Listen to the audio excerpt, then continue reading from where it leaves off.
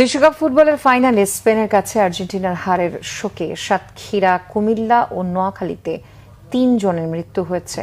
স্থানীয়রা জানান, রাতে সাতক্ষীরা শহরের কদমতলা এলাকায় বড় পর্দায় খেলা দেখেন লালটু সহ স্থানীয় অনেকেই, কিন্তু আর্জেন্টিনার পরাজয়ের পর ভোরে বাড়ি ফিরে হঠাৎ অসুস্থ হয়ে পড়েন লালটু।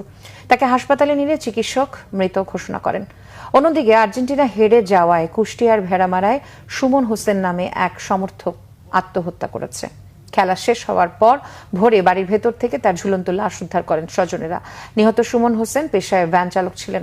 এছাড়া নোয়াখালীর সেনবাগে বিশ্বকাপ ফুটবল খেলা দেখা নিয়ে স্ত্রীর সঙ্গে পারিবারিক বিরোধের জেরে মোহাম্মদ আলাউদ্দিন ওরফে রায়হান নামে এক যুবক গলায় ফাঁস দিয়ে আত্মহত্যা করেছেন। ভোরে উপজেলার কেশরপাড় ইউনিয়নের মাইজা মিয়ার বাড়িতে এই মর্মান্তিক ঘটনা ঘটে।